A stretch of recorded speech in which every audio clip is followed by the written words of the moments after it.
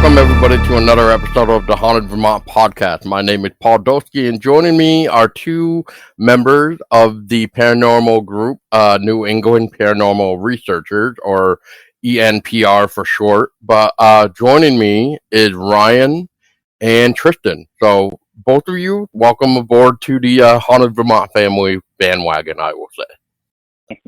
Thank you for having us. Yeah, thanks. You're very welcome. So, Ryan, we'll start off with you a little bit because I think I want to say you're mostly probably one of the head of the group kind of thing a little bit. Just right away, we were kind of going back and forth with the email. So, anyway, talk to me about like who is the NEPR? Yeah, so we're from Northern Vermont, and I started the group back in 2020. When I left a former group, and I just asked pretty much buddies, like, hey, you want to go to some cemeteries at night? And that's kind of how we got started. And Tristen is, what are you, Tristen? This is your second year with the team? Yeah, I've been in for a little bit, but I'm not in the old investigations. No. So we have the team has its own job. Like, Tristen is very good with editing, going through the audio and everything. I'm, I guess, the leader. I find investigations. Kayla, she helps me with that. Devin is the skeptic of the group, so he kind of, when we go on investigations and something happens, he kind of brings us down to earth and makes us rethink things. And Cameron and Nate are pretty much the same. They're not scared of anything. They'll go into any situation and not think twice, which I guess could be kind of bad at points, but yeah, that's pretty much the team. Yeah, I think every group should have a skeptic. Otherwise, you'll have a bunch of people in one room go like, what was that? Oh, it was definitely this. And usually it's the skeptic that's like, well, they do have ACs on. Yeah, exactly. Oh yeah, I didn't think of that. Yeah, I was going to comment that it is always good to have a skeptic. Skeptics are lovely people anyway to have around. As long as they're not like, as long as they're respectful, I will. Oh, absolutely. Yeah, absolutely. Yeah. Yes, but I will agree with what Tristen says. They help like bring us back to being like, oh yeah, like the earthbound layer of it's not always a ghost. Yeah. Perfect. So I guess Ryan, real quick, is if somebody were to ask you what is the reason behind like you wanting to form the group to begin with, like if somebody asked you what is your guys' mission statement, what would you say? I would say proven that there is something else out there. Like, I have a theory that the paranormal could just be an alternate universe, but it's still there. It's still paranormal. We don't know much about it. So I think our goal is to get that solid proof that all these paranormal investigators are going for, getting the pictures, getting the videos, audio, really anything. And it really, for us, it's going into these places and just kind of, as weird as it sounds, just enjoying it because it is history that you're walking into. Right, right. And like it doesn't matter what place it is, there's always some sort of history that happened behind it. So Yeah, it it's always good to kind of brush the cobwebs off too and kind of know the history of what you're walking into, so that way if something is going on that you're not recognizing that would be considered modern times, it might very well be from a time when the um I'll just say specters for lack thereof. I mean, I don't want to just keep calling them ghosts, but I'll just say specters for that. They're so used to it being in their time that they have no clue what's going on in 2024 per se. exactly. Yeah. All right. Well, I like the response already. So I guess Tristen, I'm gonna put the question onto you. So, in your own take, what would you would like to expect in the world of the paranormal around like these times? So, like in your case, if you had to say somebody what your objective was to being in the paranormal field, what would you say? I guess what you were asking for is like any advice for anyone new that's going into it. That, or like if somebody were like me, like like what got you into the paranormal to begin with, and Oh, I stuff like see. that. Yeah, so it's funny because I feel like a lot of because I started from a young age with the, paranormal, and I think it starts a lot this way. Is you'll see shows like Ghost Adventures or just Ghost Hunters or whoever, and I know now it's kind of a different era where YouTube is like a huge thing, and there's people on YouTube doing it like Zach and Cody. And so when you watch those kind of things at a young age, you kind of get a feel for it. And so I was actually doing a lot of paranormal investigating before I joined the group. Of course, I was a kid, so I would do dumb things like an Ouija board or stuff like that, which don't do Ouija boards. But yeah, I kind of just got into it because I had a fascination with it. Just seems like it's unknown. You don't know if it's like a whole nother dimension. You don't know if it's like just your dimension and these things are just around, or you have nothing, you don't know anything about it. And I think that's what kind of led me to it. That's a fair answer. So, how about you, Ryan? What got you started? So my grandmother was really into like the witch kind of stuff and the paranormal all as one. And I just remember like maybe I was 6, 7. The show Ghost Hunters came out, their original. I remember it was every Wednesday night we sat there and we watched it together. And actually, one of the episodes got me hooked, and it's Somewheres That We're Going this year. And ever since that episode, I've told myself I'm gonna do this. And my parents always make jokes like, you used to be scared of your own shadow, and now you're walking in a cemetery or a dark building at 3 a.m. I'm like, yeah. But I think it's when we do investigations, I don't know about Tristen or anyone else, but at least for me, you got that adrenaline feeling because you never know what's going to happen. And actually, a lot of times, nothing does. I mean, one of our investigation stuff, like a lot of stuff did happen, but yeah. I want to point out as well, my parents did the same exact thing. As a kid, I would have like night terrors, and so I just developed a lot of fears when I was a kid. And now it's gotten to the point where we risk I guess we have a risk of bringing something back with us. And so like where I live right now, it is haunted. So I'm just used to paranormal stuff. So when we were doing a Conjuring House investigation, my parents were like, I can't believe you guys are going to stay there overnight. And 2 of our members actually fell asleep in the haunted bedroom. it's Yeah. it's just being around it for so long. It's not really that scary anymore. It's more like if you get threatened by a ghost or a spirit. When that happens to me, I want to stay there. I mean, respectfully, if they ask me to leave, I'm gonna leave. But like, I mean, there's a line between it being dangerous and it being just completely awesome.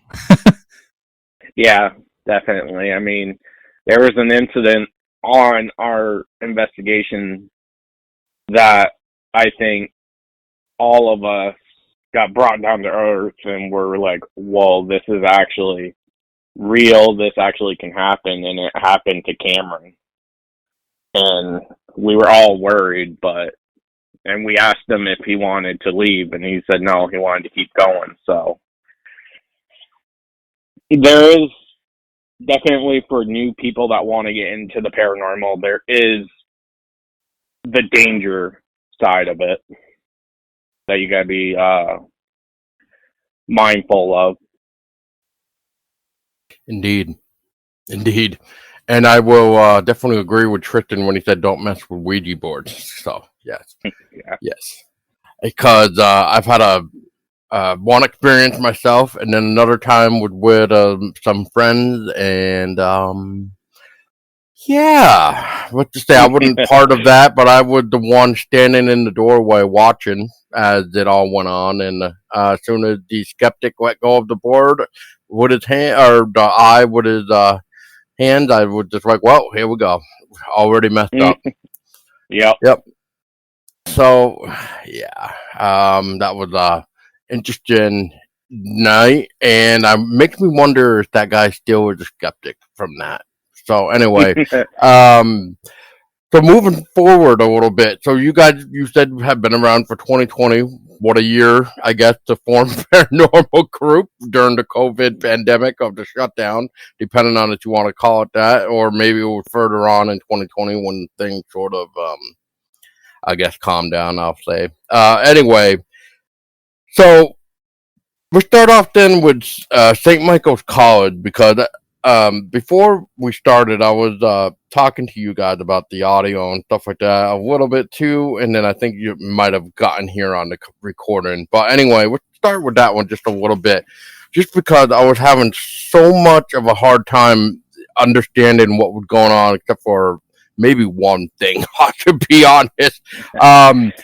But one thing I did notice at the very beginning of that video was you guys did your intro at the oh god, I'm just gonna call it the old abandoned like church there on Whipple Hollow Road there, the one that everybody liked to go to for whatever reason. You know which one I'm talking about, Ryan? Are you talking about the one Right by Amia? Yeah, can't remember the town, but it's kind of close to Rutland. Yeah, I don't. Is that what you're talking? Yeah, it's Florence. Yeah, I know where you're talking about. Yeah, that was that picture. I guess is that was the old team. That was the first team that we had. Almost no one in there besides me, Devin, and I think Colby was there, are in the group anymore. And it was nothing bad. It just they lived way too far from us. Well, that makes So sense. yeah, I totally forgot that we investigated there. We didn't have what was that? I was just gonna say, yeah, I was wondering what you guys dealt with around that area. Yeah, so the story about the church on Whipple Hollow Road. We didn't have access to it. We were actually going to investigate Whipple Hollow. Whipple, I can't say it now, but that road. The Whipple Hollow Road. Yeah. Yeah. We were going to investigate there, and someone, I can't remember who, said there's a church down the road that's haunted. I'm like, let's go check it out. And we went there, and we just walked around the property. Nothing too big. And then we got a couple of spikes on our EMF meter, a couple of voices through a spirit box. And then this was actually the first time we ever encountered law enforcement. They just stopped and they talked to us for a little while. Nothing bad. They just said, well, unfortunately, we got to ask you to leave because it's past sunset. We're like, oh, okay, not a big deal. And we respected them and we left. But other than that, I can't really, off the top of my head, anything significant happening. I think maybe we heard footsteps in the building, but maybe that's who called the law enforcement on us. I don't know. But yeah. Yeah, I've been there a few times. So the reason why I ask it because out of the I'm just gonna say 6 times that I've been there, only twice have I had some interesting things happen. Where like I used to be in a band back in the day, and we took our photos there for like just the group photos and stuff. And during one of the nights of taking the photos, we almost heard like a female scream, like as if a female was dying. But we all kind of were like, "That's weird." And then we kind of remembered that there's an animal that can sound like it's, like it's a female dying. So we kind of all were just like, "Whatever, maybe it's some animal or something, or maybe somebody was actually screaming to death." I mean, I don't know, because that road is considered haunted as well with a like a lady hitchhiker, I think, and stuff like that. So I mean, who knows anymore? Plus, you got that little swampy area that is also known for the ghostly voices over the water and stuff like that. So yeah, that Whipple Hollow is its own ghost town in a way. So it's a lovely little drive, though. The second and final thing that I ever encountered there was it was October 28th of 2011. Me and a couple friends wanted to drive around, and because it was close to Halloween, so we're just like, let's see if we can just go and catch some ghosts on photos or something or whatever. And so we stopped there. We didn't really get close to the building enough before one of us started to feel sick, which was me. For some reason, I started to feel sick when I got toward that building. And somebody was freaking out because they thought they could hear, like, how did he put it? The sound of, like, chains being, like, dragged across the wall of the building or something. That's funny that you say that, because now that you say that, that was one of the things that we heard inside the building. Was almost like a dragging sound of chains? Yeah. Yeah. That's so weird. But yeah, lovely story. Yeah, unfortunately though, like you just said with the police officers, yeah, they kind of been keeping track of that area. So unfortunately, because of all the break-ins.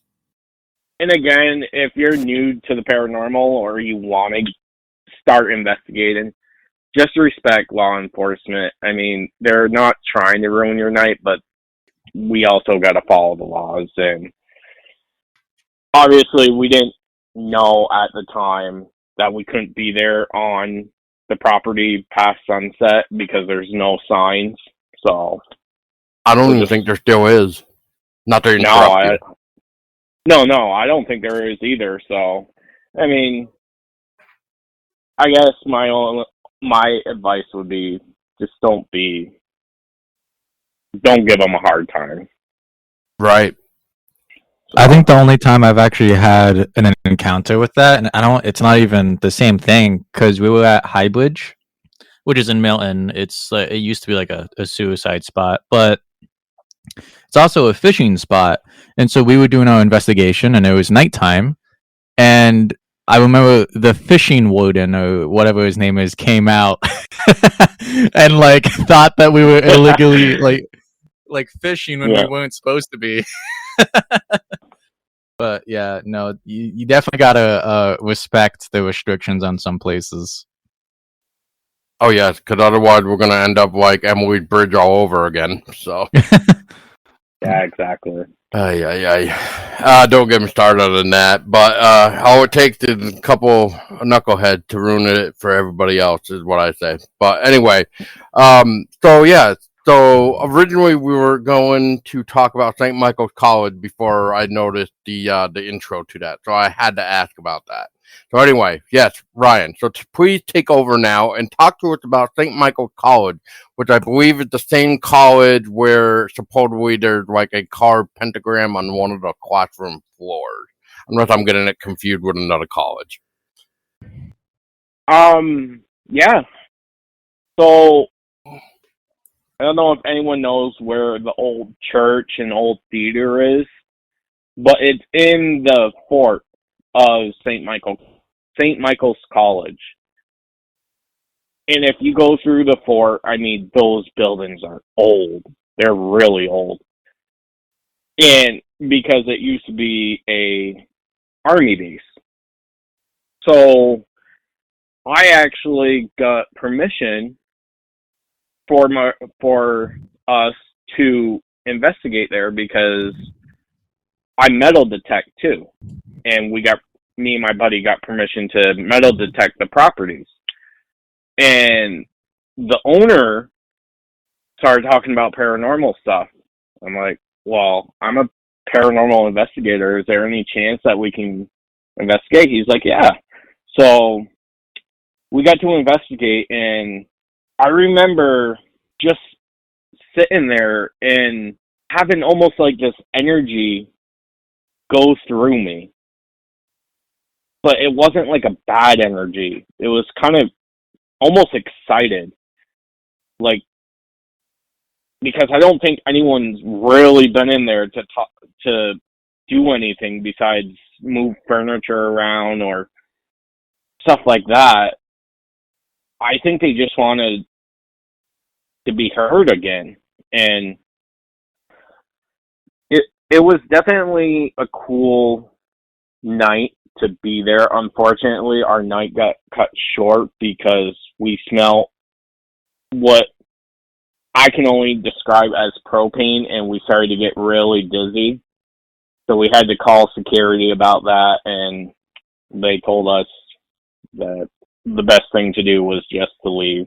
We left, and there was one piece of evidence I had, but I don't know what happened to it, but it looked like this mist almost going across the stage in the theater, and then it got to the right of the stage and it just vanished. And I have no idea what happened to that footage because that was an amazing catch. But other than that, again, we got a couple voices on the spirit box and a couple spikes on the EMF. But I mean, the two buildings alone are bigger than what they look like from the outside. So we were able to split up. We had 4 people inside the theater, 4 people inside the church, and then we would switch. Yeah, the one piece of note that I have here was at one point you guys were walking downstairs from, I want to say it was the church area, and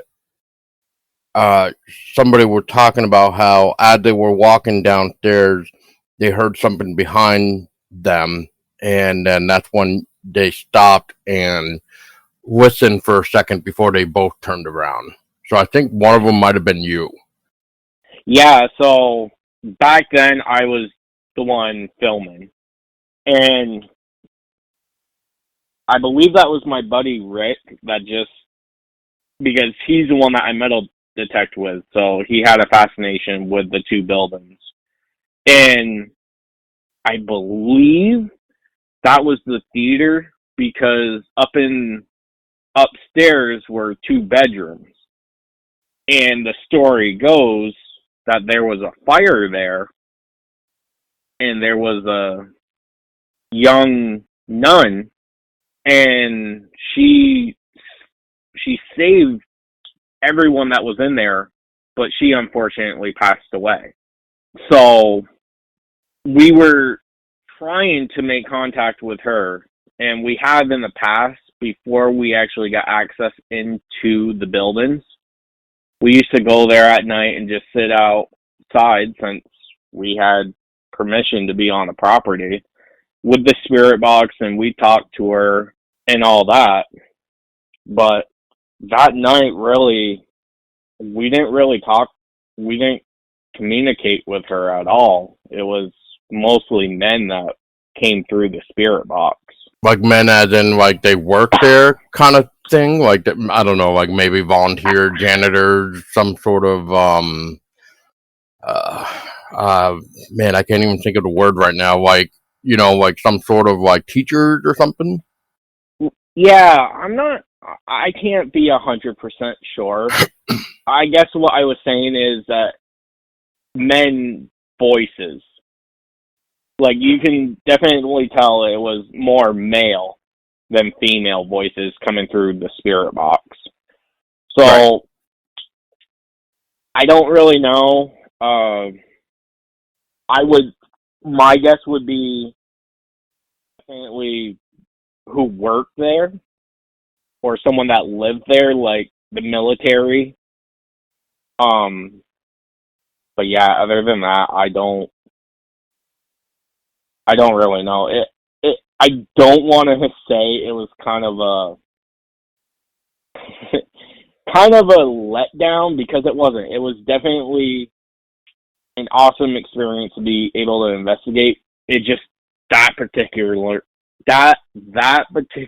night, we did not get a lot, and I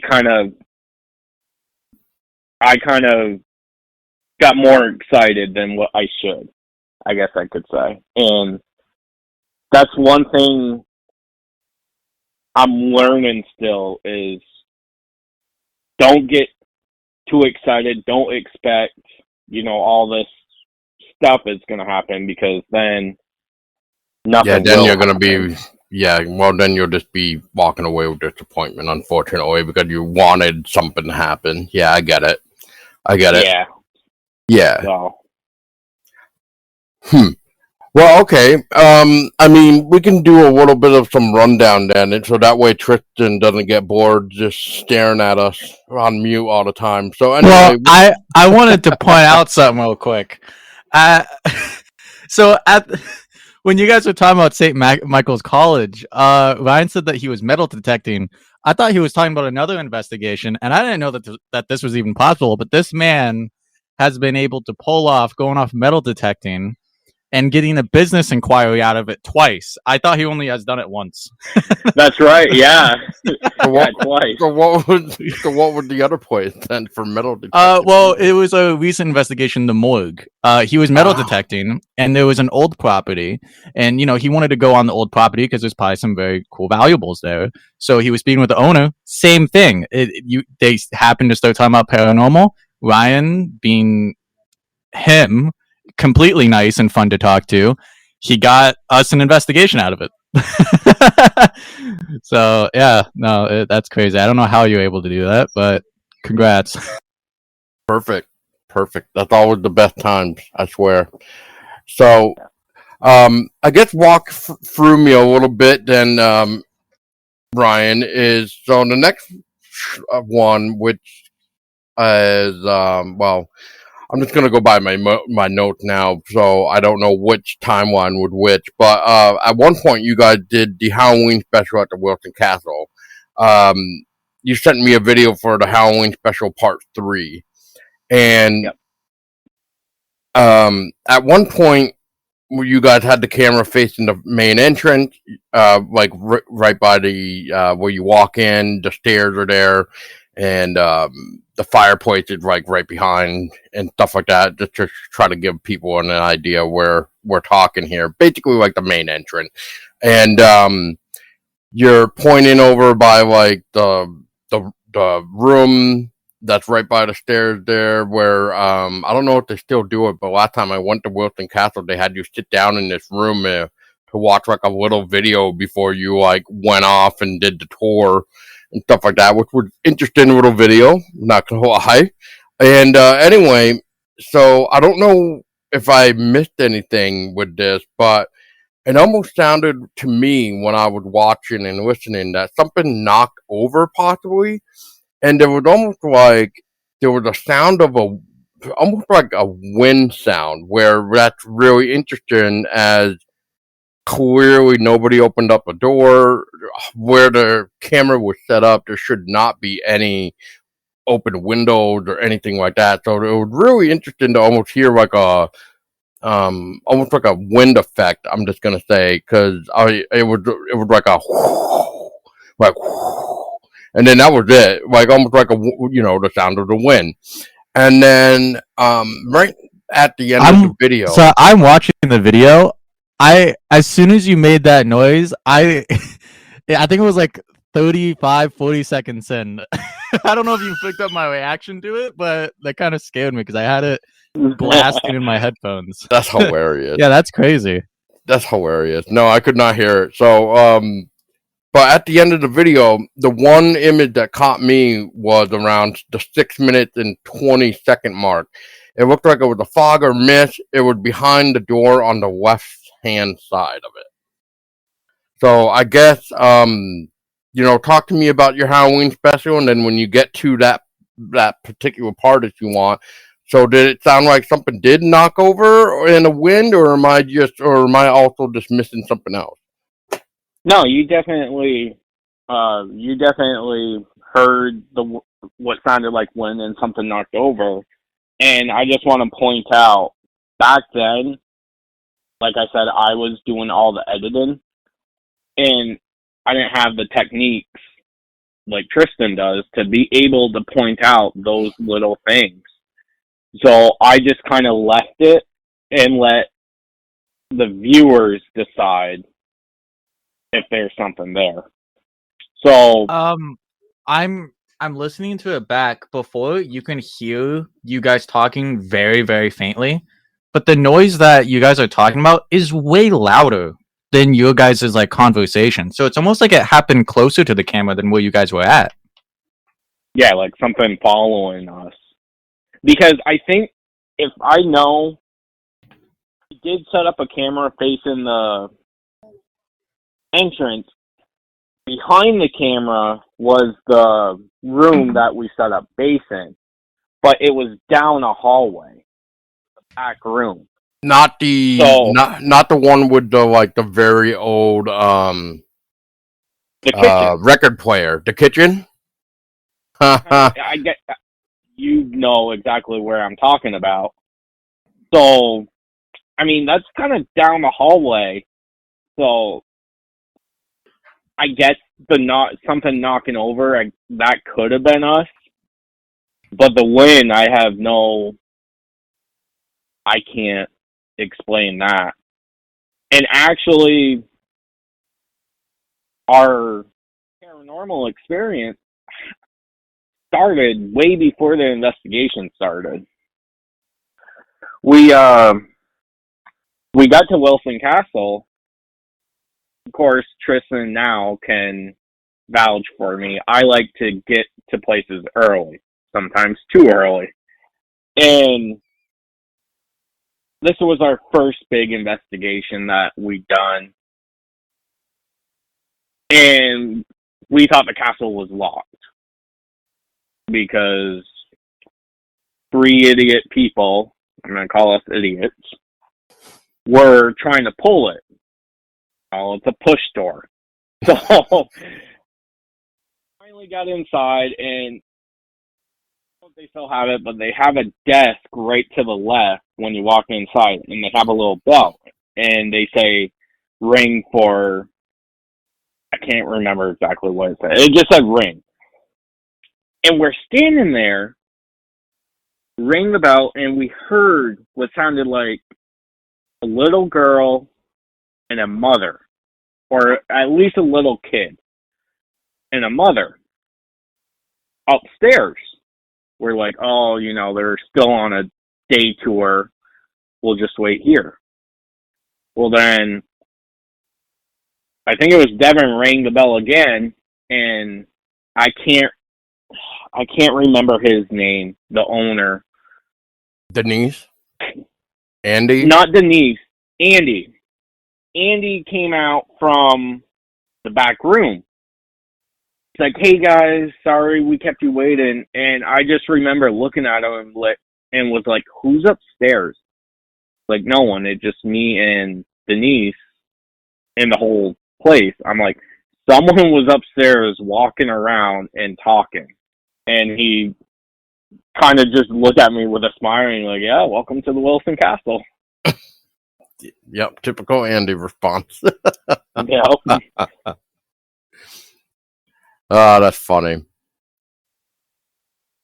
So I guess real quick is like, so besides that and stuff, did you guys happen to run into the colonel, like in the kitchen area while you said that's where you set up base? So, from what I've recently discovered, it sounds like the colonel, like to hang out around the kitchen.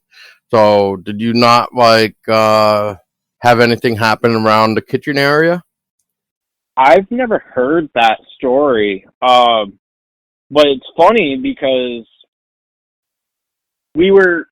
all the cameras were off. We were getting ready to leave, and we decided to play a little prank on Devin because this was his first big investigation.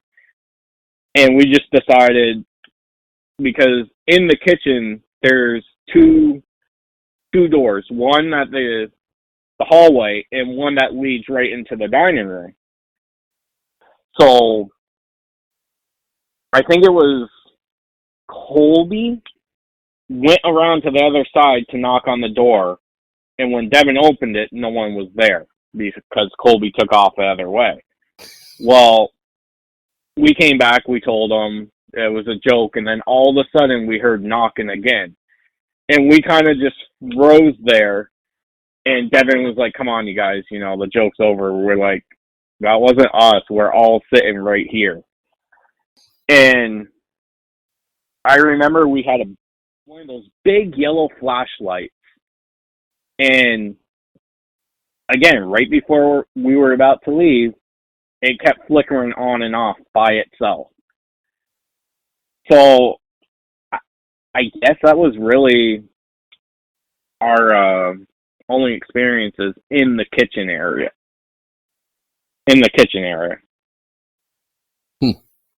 So you guys didn't have like the old bell ringing or anything like that? Interesting. Or the kitchen bell ringing, yeah. Yeah, he did mention that, but we didn't hear anything. Mm-hmm. I guess one of the big things that happened was we were walking out from the kitchen area, and we got to where the stairs are, and if you look to the left, you got the patio area. And I remember being like, what is that? And it looked like a shadow walking around on the patio. And I don't know if Tristen knows, but I'm sure you know, that patio sits up high. And it was completely dark out. And there's no way anyone would be able to go on the patio without us knowing. Right, too much noise. And not only that, someone brought up the fact it could have been a car headlight. Well, the Wilson Castle sits back far enough from the road, and that road isn't traveled like a main road. No, but I think they were trying to maybe point out like the that little parking lot area that Wilson Castle does have, and sometimes like Denise or Andy, somebody will kind of drive up to the castle and park on the side near the castle. So maybe that's what they were trying to say. But as far as you going, but as far as you saying where the main traffic is, I completely agree. That is way too far off where you can hear the cars, but they're very faint. And there's no way in hell that the headlights could hit the castle from the main road. Well, and not only that, there was no like headlight surrounding it. It was literally just a shadow going by. It happened so quick too. that I just caught it. What is it called? Side vision. So. Your peripherals? Yes. Thank you, Tristen. Yes, thank you, because I wouldn't have gotten that right either. So. All right. Well, I mean, it sounds like you had some quite a fun experiences at Wilson Castle. I mean, I was hoping to investigate. I think it was last year or the year before that. I can't remember, but we couldn't get a full crew to go, so it was just like, it's not in my budget this time. So yeah, maybe one day I'll be able to investigate Wilson Castle. But yeah, so let's get Tristen on board. So Tristen, you were mentioning that you kind of joined in later on, or something to that effect. And anyway, it sounds like you were part of the Green Mount Cemetery that took place. I'm looking at a channel, and it turns out there was a Uh-oh. old investigation of the Green Mountain Cemetery. It And depends then on the which new one one. you're talking about. It's probably the old one then that I got then. Anyway, so maybe Ryan here will help clarify this. Then, if you did do like a newer one, then we can go into that. But Yeah. for right now, for what I saw for a video, which was possibly the old one, was I took down notes saying something about like when you guys were talking about the story that is supposed to be going on about the statue in Green Mountain Cemetery with Black Agus. There were spikes going off with the EMF every time you talked about the story. You guys did at one point. Whoever was filming, they were talking about their phone getting hit, and you guys ended up getting a response that basically said, "I did." You had the EMF device that was basically acting up and turning itself off every now and then. And then you guys had a possible photo capture at the end, but I could not quite tell what I was supposed to be looking at in the photo, unfortunately. Yeah, that's definitely the old one. It was actually me and Dwayne. Dwayne is the other founder of the group. Unfortunately, something happened, and I'm not going to go into too much detail, but he is not investigating as much with us. He still does once in a while, but something happened on an investigation. So anyways, we were there by ourselves. It must have been around this time, like early spring, late winter, and I just remember sitting there and it was almost dead silent all night. And we were only getting spikes on the EMF. And then all of a sudden I heard something hit my phone, and that's what I was filming on, because it was going to be a short video because it was cold. So rather than filming on the camcorder and having to drag it over to a laptop and do all that, I just said, I'm just going to film on my phone. And I heard it hit my phone. I heard something hit my phone. And I told Dwayne, and then that's when all the activity really started. And in the video, you can kind of hear it, but because it was on my phone, you really can't. But it sounded like two females talking towards the back of the cemetery. Or, excuse me, the front of the cemetery. Right, because you did, right, not to interrupt you, but you did mention, like, oh man, I was just looking over here because it looked like there were two people walking up. Yeah, I said that, yeah. I heard the footsteps, and then I heard the talking, and I'm like, I think my first reaction was security guards. And because I know not security guards, maintenance, because I know that they have maintenance inside the cemetery there, and I thought they were just going to tell us to leave, and there was nothing. I mean, we even drove around the cemetery after we got done, and there was nothing. But, I mean, even Tristen can say how big that cemetery is and how easily someone could hide in the cemetery without you seeing them. It's quite possible, but that was definitely, it kind of made my hairs on my arms stand up a little bit, because you're hearing a disembodied voice almost. You don't know where it's coming from. Right. And that cemetery is quite big, because I've been there a few times during the day. And yeah, even like as you go into the back, where it kind of goes uphill a little bit, and then you have a choice to kind of swing around to go back to the entrance, or you can kind of go down more, like toward, let's see, if you're facing the entrance, it will be like toward the right end there, where Yep. it gets more weird by the minute. And Yep. then we have that famous the infamous statue there too, the one with the like the little angel on the cross thing. I can't even remember what name is on that right now, but it's that other known grave. Forgive me for not remembering, but man, there's so many cool cemeteries there. Like, well, stones, I should say. Like, I think one's like a house, one is like a dog. There, and you got like that. Not to interrupt you, but nope, go ahead. Have you ever seen the little girl statue there?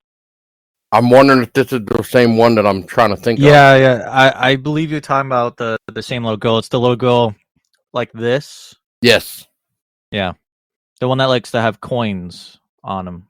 I think her name is Lily. People like to put coins on them. Yeah, it's a way of basically saying I visited you, basically. Or, paying respects. Yeah. Paying respect. Yep. Which a lot of people don't, or a lot of places don't actually like that sometimes. So, yeah. So, if somebody mentioned, or there's a point that said, do not read coins, don't do that. Because I kind of understand. Yeah.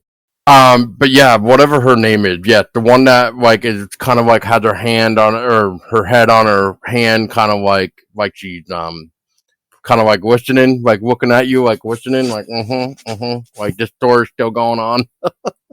You know, like yeah, that's a cool little one too. But yeah, that side of the cemetery is where I'm talking about. Like even there, you kind of feel like you're well hidden, and that you can blend in. And then you got like that random staircase near the entrance as well. So I mean, there's a lot of interesting things going on in Greenmount Cemetery besides the weird Black Agate story as well. Yeah, definitely. And I mean, people have stories of, just because it's so big, people actually go for walks in there. Mm-hmm. And they have stories about the paranormal during the day. So I definitely think that cemetery is one of the most haunted in Vermont. Yeah, I think that's also the same cemetery where they talk about the statue that cries blood. Unless I am getting it wrong again, but I'm pretty sure this is the statue of the little girl. I know that there was a tale saying if you look into her eyes, you'll feel like a bunch of sadness, but I don't know if that's the same like tears of blood that you're talking about. I don't think that's the same one. I think the Black Agnes, I've heard the story of, you look into the Black Agnes's eyes on a full moon night, and you'll see her crying blood, and then you'll die 7 days or something like that. So I don't. Oh yeah, I remember you telling me about that. I think it was like if you sat on the lap and looked in their eyes. Yes, that's what it is. Yeah, there's so many different versions of it, you can't even tell which one is which. It's like which in a newer investigation, there was a point where they're not part of the group, but we kind of like had them come along with us because they wanted to.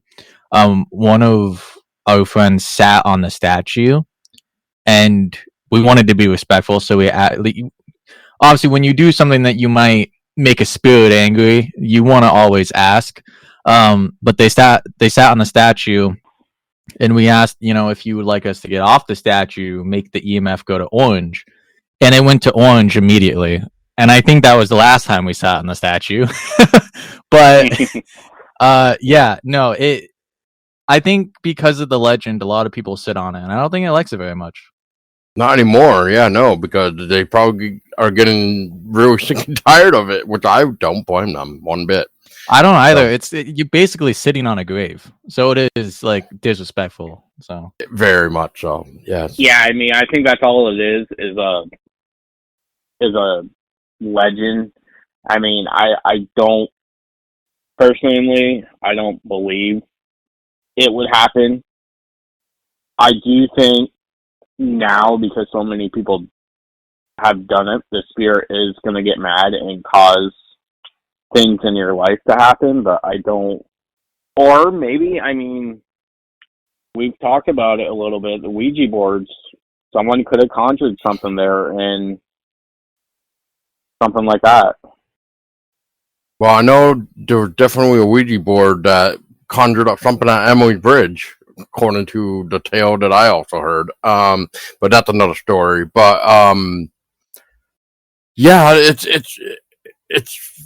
interesting because I have heard some interesting stories regarding the statue. There we go.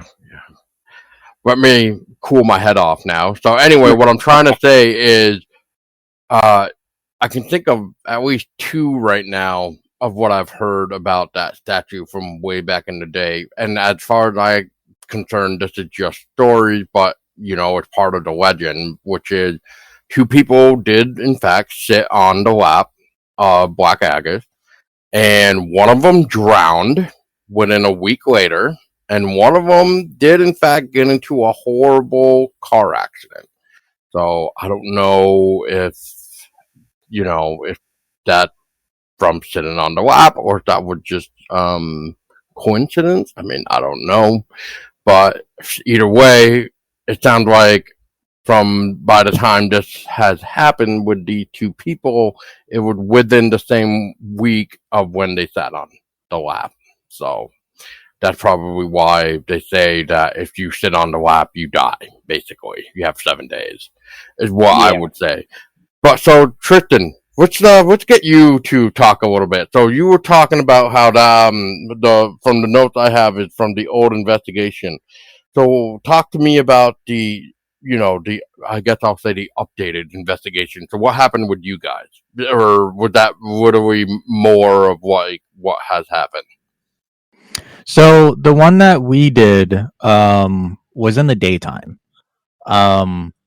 and it was me, Colby, Cameron. Ryan, were you there for that one? I was not. I was at work. Oh, okay. And then we had two other people that were just joining us for it. And we did sit on the statue, and absolutely nothing happened. And then later on in the investigation, we did the same thing, but with the EMF and the spirit box. And that's when they told us they didn't like people sitting on the statue, so we got off of it. But we were getting EMFs. There were points where we actually saw someone in the trees, which obviously could just be a person. But the thing is we went towards it, and there was no one in there. There were other things. And this is, everyone has their own kind of opinion about this, but so there was a phone app similar to like the Xbox 360 Connects. It uses an algorithm to know like how to map a skeleton based off of like a figure. And in the video, I actually had Cameron do a little dance, and the tracking was insanely accurate. But the thing is Cameron started walking towards me, and then another figure showed up behind him. And the very strange thing was, at first it seems like it was tracking like a grave, but the closer I got to it, the more it was actually on the side of the grave. And it was on like a grass patch. And I remember getting closer to it, and I remember saying, like, don't worry, it's gonna be fine. I'm gonna get a little closer. And as soon as I took one step, it just vanished. And my first instinct of that was, I'm gonna make sure it's not the grave. So I went right back where I was, and I didn't get another figure at all. It was just completely gone. And that's when we started using that app. But we also do get false positives. Like in the video that we did, Nate was holding it. He joined when I joined. He was using it, and we thought that we caught a figure, but we actually caught two trees in the background that looked like it was somewhat of a person that it was being confused with. Which in the video we were able to debunk that. We were getting somewhat creepy things on the Ovilus, but the thing about the Ovilus is it just kind of spits words most of the time, and some of them are actual evidence, and other ones are just kind of questionable. Most of the ones that we got were questionable. But that was pretty much it. It wasn't that it wasn't too eventful. There were some EMF spikes, some EVPs, but this was before I knew how to actually take the clip and enhance the audio frequencies. Because if you, let's say you're doing like an EVP session, if you take that into your editing software, you can boost certain mid and low tones to enhance quieter sounds while decreasing the sound of higher noises. So let's say I was speaking and there was an EVP behind my voice. I could lower the loudness of my voice, but anything that was quiet in the video, I could enhance. And I didn't know how to do that in that video. So I'm sure we got more EVPs, and we just don't know about it. But yeah, I know that feeling with like Emily Bridge when we went there a long time ago. We feel like we might have caught in a few responses, but the only problem was the water underneath the bridge. So we just kind of made it like unconclusive, because there was no way we can take, that sound and really do anything with it. Well, as far as, back in the day anyway, for us, I had no idea to even know where to begin to like try to clean that up, even if I wanted to. So we kind of made a note to self that if we were going to ever do that again, that we would need to try to be outside of the bridge or a little bit away from the bridge. Just enough so that the water can't really be picked up as much as it was when we were trying to talk inside of the bridge. yeah, what sucks a lot about water is, like when you're close to it, it's loud, but also there's low volume with the water. And so you can't really enhance anything when there's like either like a static noise or water, that kind of stuff. Which completely the noise pollution really completely ruins EVPs. Yeah, it sucks. But one thing that we did capture on Emily Bridge, which I think I saw you guys do that. I don't know once again if that was newer or older, but I did see something about Emily Bridge. But just real quick, so when we went there on a July 3rd night of 2012, I think it was, and we ended up seeing our breath, and we even pulled out the weather app, and it was basically at a degree which I can't even remember right now off the top of my head, which is sad. But basically, it was at a degree where you should not be seeing your breath at all. And so I looked it up of like, what is the temperature that has to be, like, what is the temperature needed to be able to see your own breath? and that has to be somewhere around the 45 degrees or lower mark to even see your breath. And we were seeing our breath around like the 60s or so. Yeah, so that was weird. But I ended up getting scratched that night. The other female we were with, we think got scratched. I mean, she said there was some weird like little red marks, but they weren't as deep as the ones that I ended up getting. And so yeah. Otherwise, besides some interesting captures we got on image, there was one image that really caught me, which was in the middle of the bridge. We had the high beams on, even on the car light. But when I snapped a picture in the middle of the bridge, it almost looked like there was just somebody standing there, almost as if they were like a side profile view. But what was very weird about this was that like you could see the teeth, like I could make out teeth, like it was smiling or something, and it definitely looked like in the structure of a male spirit, very tall too. But and the only reason why I bring it up is because we only hear about Emily's spirit. We don't even hear anything about this possible male spirit that is there at Emily's Bridge. So every time now I hear something about Emily's Bridge, I always bring that up. It's like, well, there is supposed to be a male spirit there. So what is he doing? Is he the one that's actually scratching people? The thing with and I don't know how it is for Ryan, but whenever I go to Emily's Bridge, it's always either a hit or miss. It's either nothing happens or something happens, or there's one thing that happens, nothing happens, you're there for a few hours, and then as soon as you start to leave, it tries to scare you away. Yeah, and I wasn't on any investigation for New England Paranormal Researchers, but I have been on my own with one of my friends. And yeah, I don't think if we ever do like an up-to-date Emily's Bridge investigation, I don't think I would go to it. That's fair.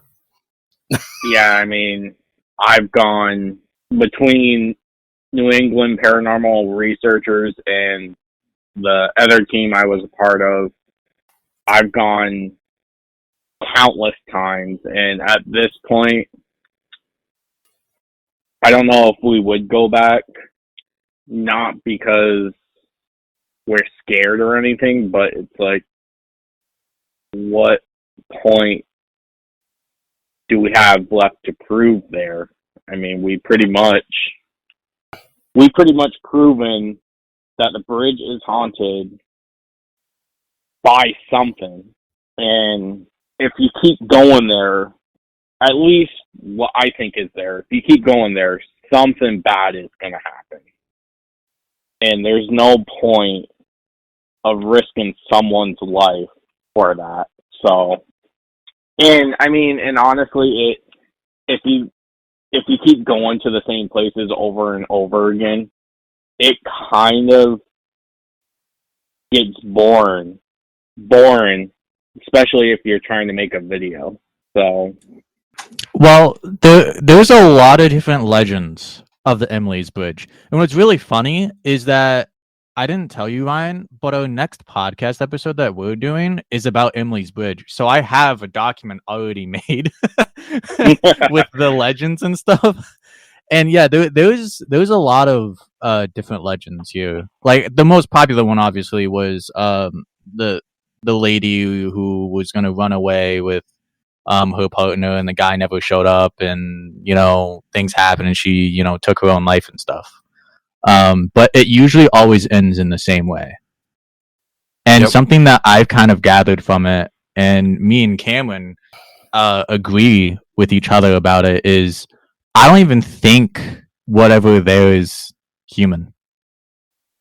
No, and I wanted, if you're okay with it, I want to explain my one experience I had that led me to believe Emily is not the one hurting people there. Which is exactly why I don't think it's her too, because in one of the images before you tell your story, we did pick up a like a female spirit near the entrance of the bridge, like outside of the bridge. But so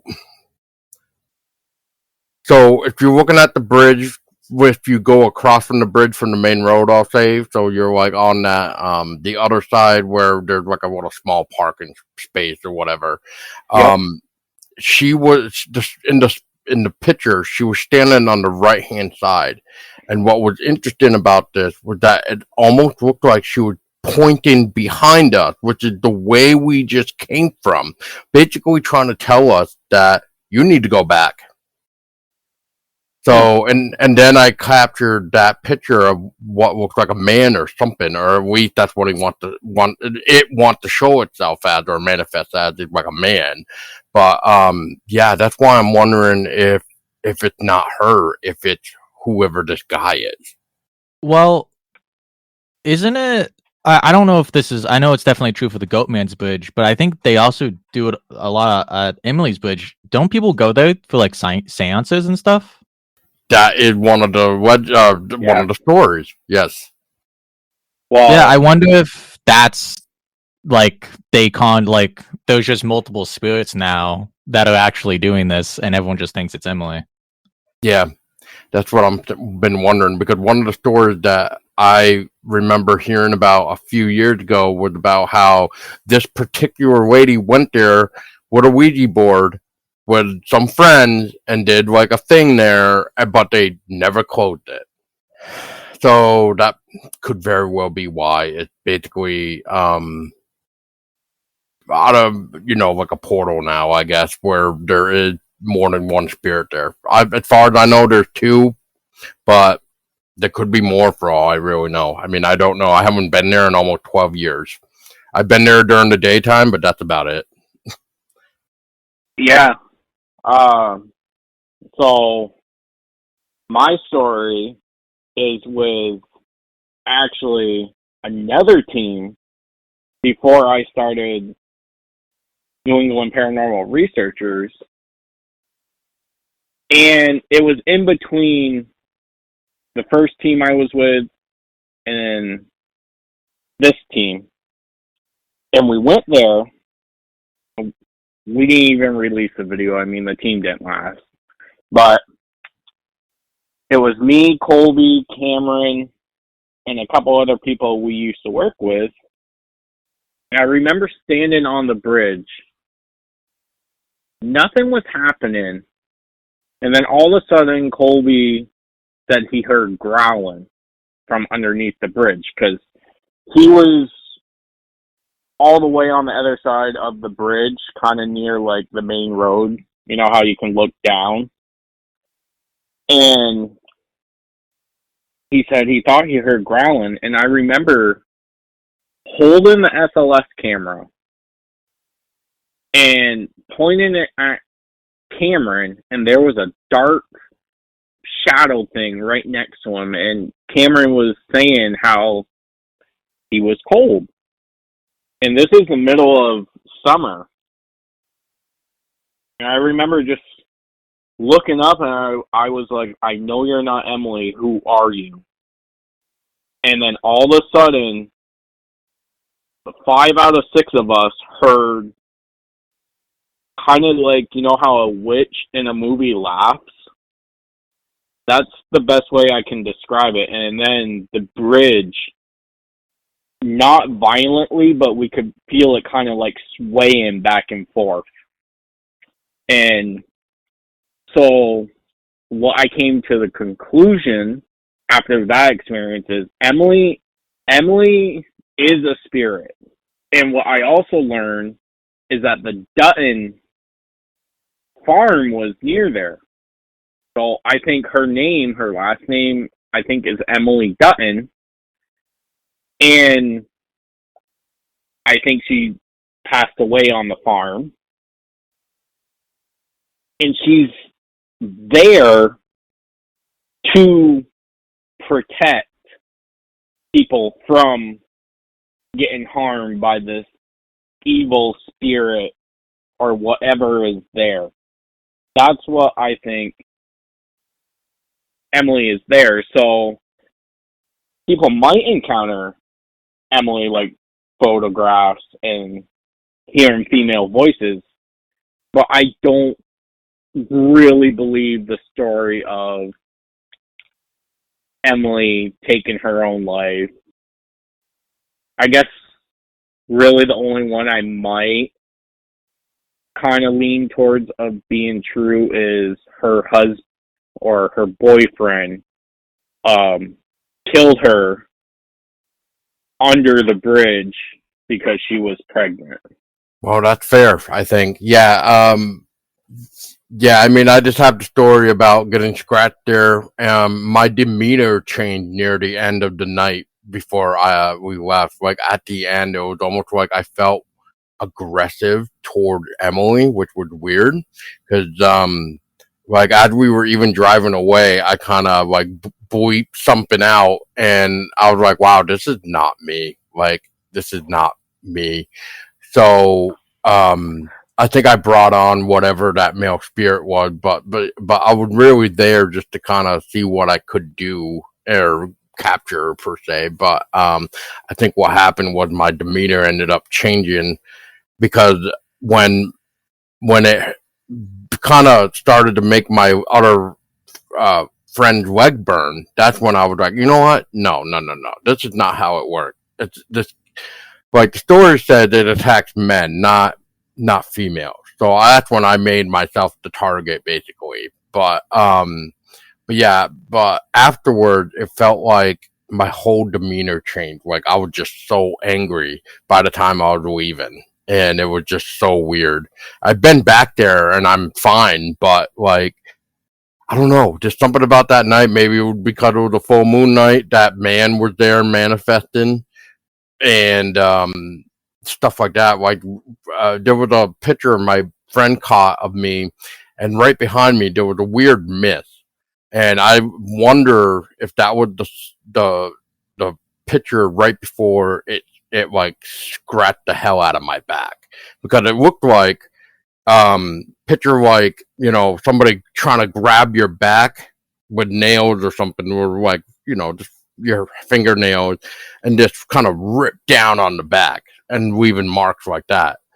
And there was 4 markings total on each side, so there was like basically 2, you could say like 2 hand grips, not just one. So I mean, I don't know. I just know I probably just made that other entity upset that I was calling for Emily and not him and stuff like this. And so I don't know. Anyway, never been back during the night because I said, you know what? I don't need to prove that there's something here when I can see my own breath at like 60 something degrees or whatever. So yeah. So I'm done with this place. So Tristen, so I mean, you know, I'd like to let you talk a little bit to give Ryan a second. So, what other investigation were you on with the New England Paranormal Researchers that you would like to talk about? I've actually been on quite a lot of them.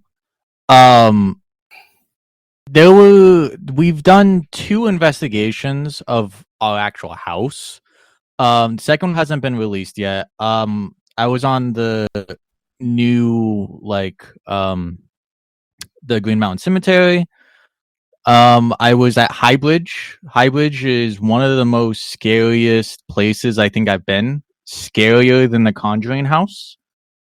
Just because whatever is there, it's not just one, it's like 10 or 20 of just spirits that will mimic your relatives.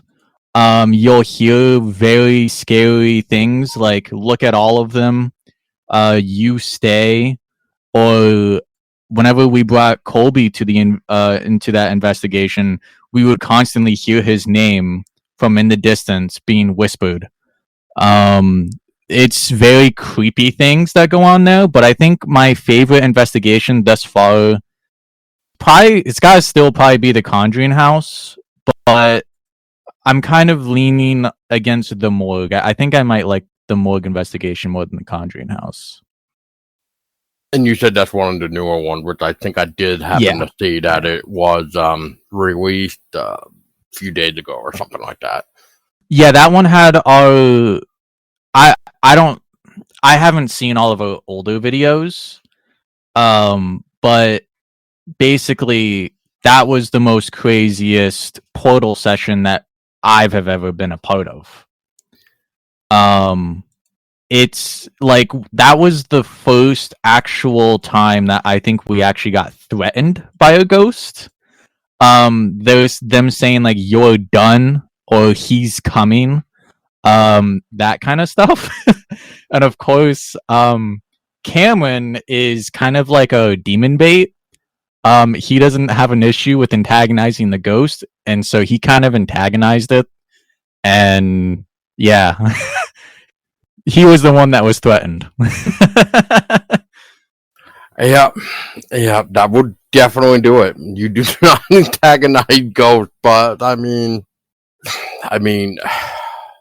at what point though is it okay to not antagonize one? You know, because especially if they did awful things while they were living, don't you want to kind of put them in their place, even if they're still lingering around?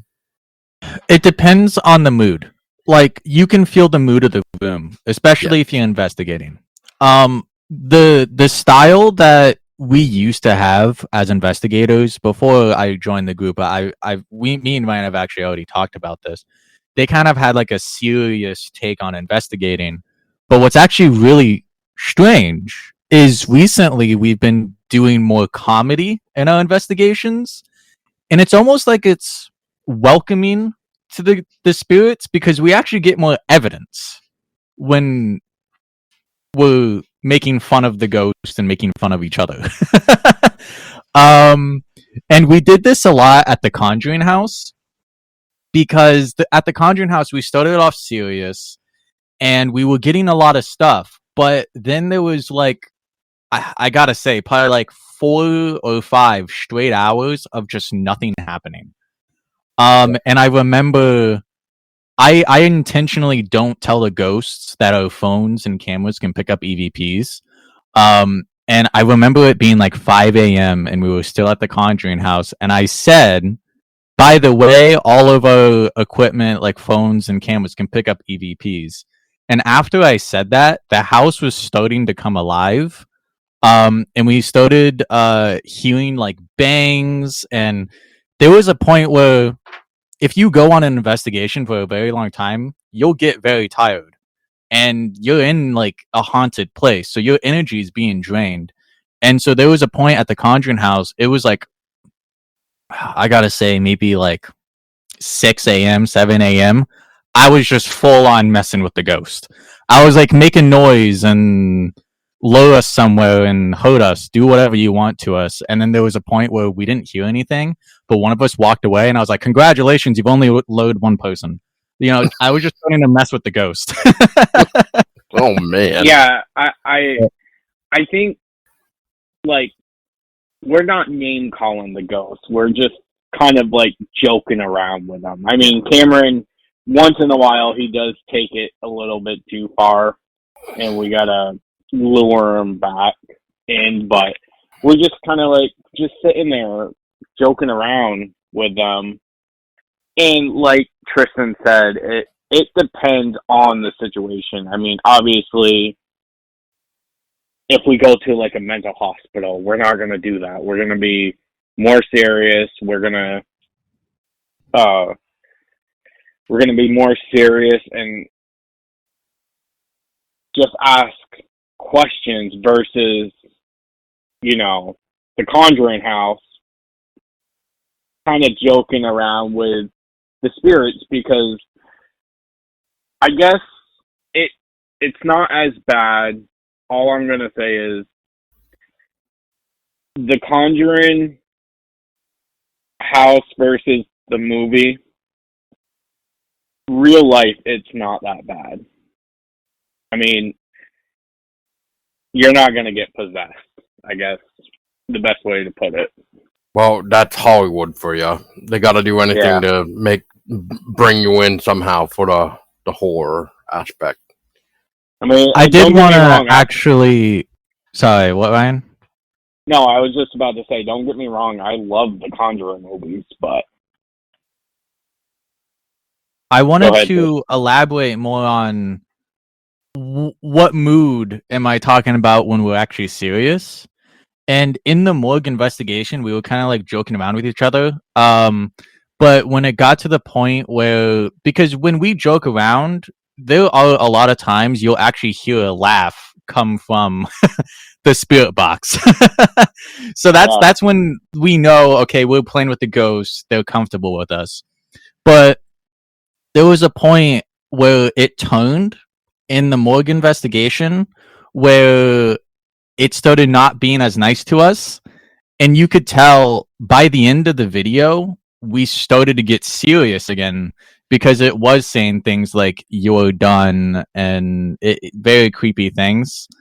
Um, and we actually it, and this is what I mean again by the obvious turning from spewing out words to becoming evidence. Because whenever it said "he's coming," we got on the ovulus saying "arrived," and then Cameron started feeling a pain in his chest. And then there was at one point, you joked, Ryan, saying, "Hey, doctor, we need you." And there was a female voice that came from the spirit box saying, "Done." And we were like, "Oh, are they done talking to us?" And Cam was like, "No, I have having a pain in my chest." So, like, Yeah, there's like definitely some more aggressive spirits, and then other spirits that are okay with being joked around with. But we never we never disrespect ghosts. I guess that's where we draw the line. Right, you're keeping it in the fine line of just like respectful joking and trying to be serious. Like you said, you're playing off the mood of what it's given off, the building, room, whatever. Yeah, definitely. I mean, if someone has like something demonic in their house or building, we're not going to go in there and try to joke with it, even though I feel like the one person that would be Nate. But we're not. I gotta hold on. I gotta cut you off real quick because I gotta give some credit to Nate. He's got some balls.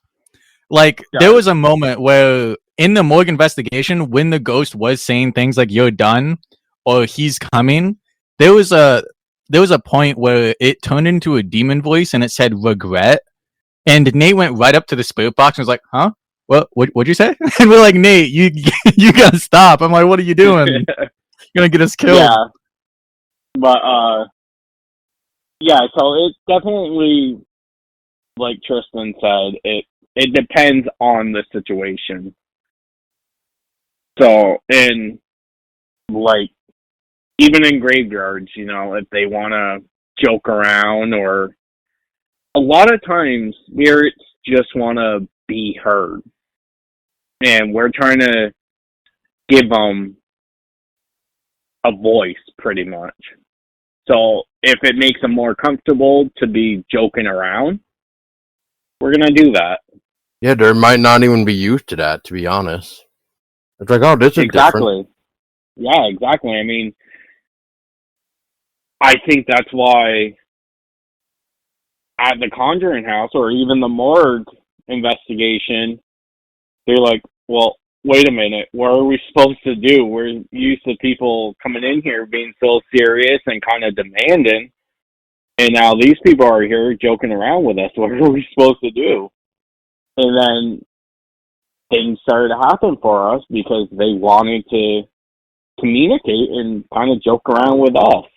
Yeah, I mean, it's working. That way of investigating is kind of dangerous, I will say, because you need someone there, and that's why we kind of got Devin, the skeptic. You need someone there that is going to be serious and kind of watch us, because something could sneak in. So, and what I mean by that is something, an evil spirit, pretty much. So you need someone there that's not really joking in case basically observing the situation so that way they can kind of get you out in time. Yeah. Yeah, but I mean, so far we haven't had no issues. I guess the biggest issue was at the morgue cemetery when all of a sudden, like Tristen said, it did a complete 180 and it started talking, all this creepy stuff to us. But as you saw in the video, that's when we got serious and all right, we're done. Right. Yeah. So. All right. Well, I guess we can wrap it up here for now, and basically just I don't know, is there any type of closing comment that you would like to throw out to those that are listening, whether it being skeptical or people who are trying to still consider to start up a group or something I guess for this is year 4 now, so if anybody wanted to watch your video per se, how can people watch your video if people wanted to reach out to you? Or they're I don't know, do you guys have a social media? Do you guys post anywhere? So yeah, go ahead. Well, first of all, a word of advice to anyone is I would say just at one point try to be kind of humorous, because whenever you do, it's not like you're demanding questions from the ghost. It's more like you're inviting them. Sorry. And in terms of social media, we're on YouTube, Instagram, Twitter, TikTok, and we're coming out with our new website and merch. And then we have our own podcast, and I'm currently running all of those while we're getting investigations planned and stuff. But always take precautions as well when you're investigating. There was a point when we were doing, and we never actually uploaded this video, but what was it? It was the Jameson's house. The owners told us to go in one by one. And we did. And one of us did, and lasted way longer than we thought. But you shouldn't do that. I guess my only advice is, if you want to do this seriously, as I've learned, and I'm sure every other team has learned, you're going to spend a lot of money doing this kind of thing. Just booking investigations. And what was the hardest thing for me starting was to ask, the question, can we investigate? So I guess don't be scared to ask the questions. I mean, the worst case scenario is they're going to say no. All right. Thank you. So yeah, and there's certain things, like when we did get that opportunity to go to the Conjuring House, I was like, this is perfect, because then we could do the Conjuring House, make it one of our best videos, and then we could go around town and say, hey, this is what we kind of do, and I heard this is what's happening with your place. Would you like us to come in and we'll do it for free or whatever, that kind of thing. I'm sorry for interrupting you, Tristen. That's another thing. We do not charge for investigations. I had people offer me money for investigations. I refuse to take any kind of money or payment. I don't think that's right.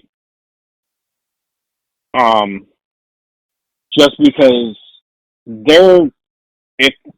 if a homeowner is calling you, or a business owner is calling you to do an investigation, it's because they're in a time of need. They need your help. They need answers. So I don't feel it's right to be charging someone money, even though people say, well, you drove 5 hours here, here's $100. No. I'm helping you out in your time of need.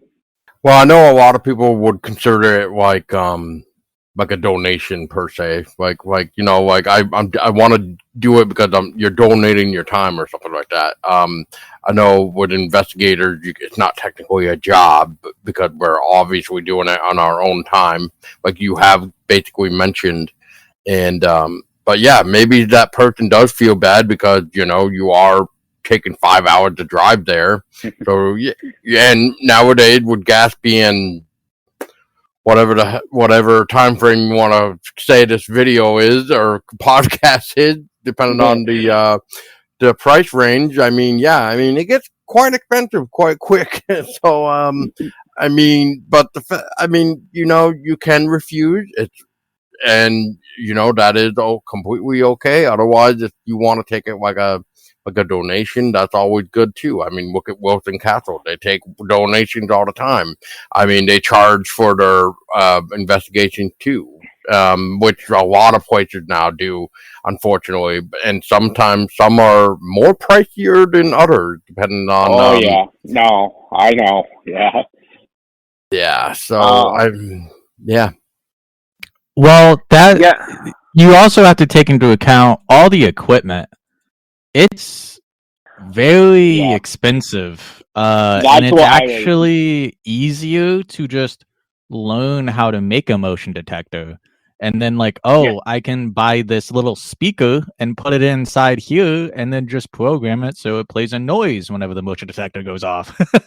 You know what I mean? Or attach a light to it. It's actually easier to do. Not easier, it's harder, but it's more beneficial to do it that way. It's way cheaper, way cheaper. Yeah, that's what I was more leaning towards, is the equipment. I mean, if you don't know, and luckily we have Tristen and Cameron that are really good at making stuff. If you don't have that, you're gonna be spending don't even know. Too much. Probably over $1,000. I mean, I don't even know how much. Way more than that. I mean, even getting a good camera.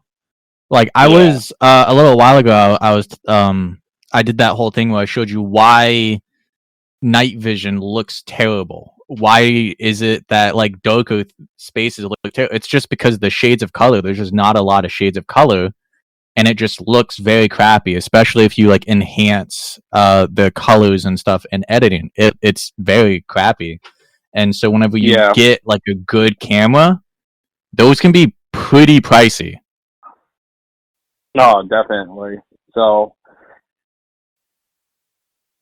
yeah, I guess that would be my only advice wrapping it up is, if you're going to take it seriously, get ready to spend some money, not only on investigations, because like we mentioned, a lot of these places are charging people now to investigate, but also on equipment that even the basic equipment that you'll need.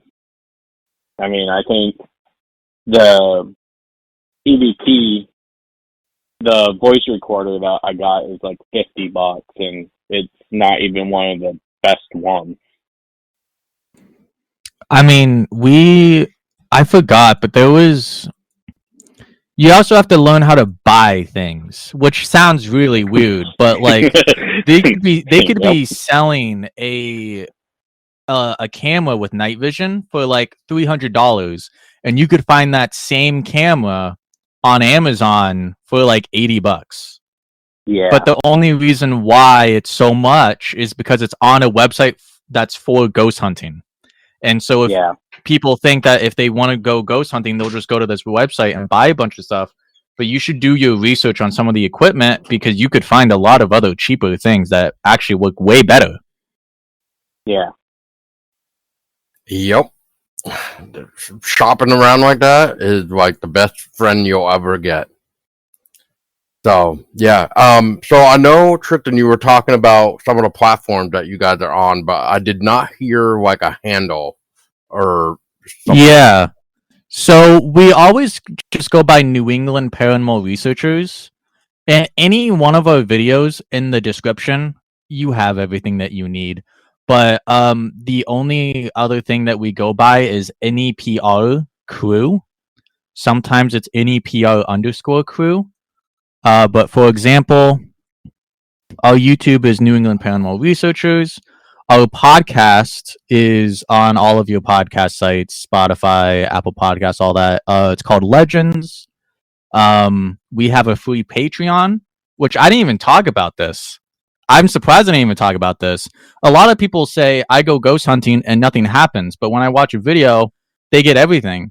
Well, that's because when you go on an investigation and you don't get anything, you're not going to upload the investigation and you're going to edit out all of the super boring parts. So we actually have a Patreon that is completely free where you can see all of our full-length investigations and you can dissect it yourself so you know we're not faking anything. Our Instagram is NEPR_crew. Our Facebook is just New England Paranormal Researchers. Our TikTok is NEPR_crew_official. Someone already took the name. Don't blame me. And then our Twitter is at NEPR_crew. All right. Well, there you go. You heard it from Tristen's mouth himself. Well, gentlemen, it was a pleasure. I mean, I hope you guys, have more future success in the upcoming investigation that you are going to be diving into, which I guess for a little closer, if you can, is there one investigation that is coming up that you can share just for a little taste of what's to come for you guys? Should I do it, Tristen? Like, I'm on the edge of my seat. I really want. I really want to announce it. I feel the same way. The thing is that the only other investigation, it's not even like as big, and we only have like that one huge one planned for. It's up to you if you want to say it. I mean, we have 4 investigations planned for summer. I'm talking about the big one, though. But the big one. Oh, you don't have to say the big one if you don't want to. No, I've been holding on, and I feel like this is the perfect time. We don't have a set date yet because we still gotta finalize everything, but we are actually going to Louisville, Kentucky, to Waverly Hills Sanatorium. Yes. And that was when I mentioned Ghost Hunters earlier. That was the live episode. That's what made me want to do this. So we will be going there for our Halloween special this year. I wish you all the best of luck. Come back out alive and not insane. We will. We'll try. All right, gentlemen. Well, thank you so much for your time. And for everybody else listening that you stuck around, you guys deserve a cookie and some apple cider and whatever else you like. And on that note, remember to keep your eyes open because an apparition